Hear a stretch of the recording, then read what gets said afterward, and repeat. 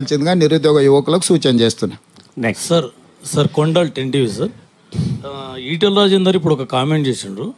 Phone tapping గతంలో ప్రజాపాలన స్వేచ్ఛ అని ఇప్పుడు చెప్తున్న వాళ్ళు ఇప్పుడు ఫోన్ ట్యాపింగ్ చేస్తున్నారు. దీనికి సంబంధించిన పూర్తి చిట్టా మా దగ్గర ఉంది, చెప్తామంటూ ఒకటి చెప్పారు.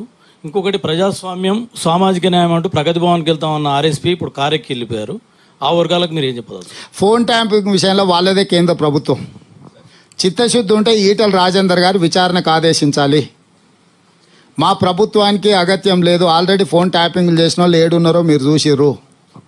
చిల్లర మల్లర ఆరోపణల ద్వారా ఈటెల రాజేందర్ గారు ఎలాంటి ప్రచారాన్ని పొందరు. టీవీలలో స్క్రోలింగ్లు వస్తాయేమో కానీ దానివల్ల ఏం ప్రయోజనం ఉండదు. మీదే ప్రభుత్వం ఉంది, మీ ప్రధానమంత్రి ఉన్నాడు, మీరు విచారణకు ఆదేశించండి ఫోన్ ట్యాపింగ్లు ఏమన్నా ఉంటే. అంటే నిన్న వాళ్ళ దగ్గర మిత్రుడు కరీంనగర్లో 7 కోట్లు పట్టుకున్నారు కదా, అదేమన్నా గత ప్రభుత్వం లేక ఫోన్ ట్యాపింగ్ పట్టుకున్నామని ఏమన్నా వారు అనుకుంటున్నారేమో. అట్లా లేదు. ఆడున్నోళ్ళే నగదు ఉందని చెప్పారు, పోలీసులు పోయి పట్టుకున్నారు.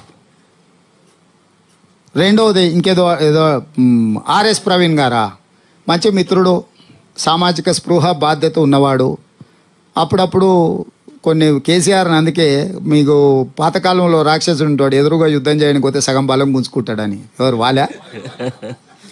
బాలా కేసీఆర్ కూడా అట్లా అంటాడు, ఎంత తెలివి కల్లోడని ఎదురుగా పోతే సగం తెలివి గుంజుకుంటాడు.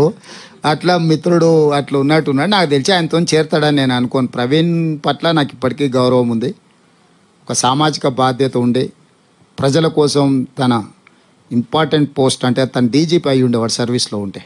మొన్న కూడా నేను పబ్లిక్ సర్వీస్ కమిషన్ చైర్మన్గా వారికి ఆఫర్ ఇచ్చిన. ఎందుకంటే 2 లక్షల మంది నిరుద్యోగ యువకులకు ఒక మంచి రిక్రూట్మెంట్ బోర్డు ఉండాలని తెలంగాణ పబ్లిక్ సర్వీస్ కమిషన్ చైర్మన్గా వారిని 15 డేస్ అసలు డిలే అవ్వడానికి నేను ప్రవీణ్ గారిని రిక్వెస్ట్ చేసిన. వారు ఉంటే మంచిగా ఉంటుంది, బాగుంటుందని. వారు అది కూడా తిరస్కరించారు. లేదు, నాకు ఇంకా పెద్ద బాధ్యత ఉన్నది, సమాజంలో నేను చేయాల్సిన పని ఉంది అని వారు. సో మరి ఈరోజు ఒకవేళ వారు కేసీఆర్తో చేరుతున్నారంటే ఇంకా వారే తెలంగాణ సమాజానికి జవాబు చెప్పాలి. ఇంకా నేను కామెంట్ చేయడానికి కూడా ఏం లేదు, ఎందుకంటే వారి పట్ల మన్నున్న గౌరవం ఈరోజు కూడా నాకుంది. నెక్స్ట్ మీరు నిజాం పాలన గురించి మాట్లాడారు. మరి మా పేరు చెప్పలేదు. సారీ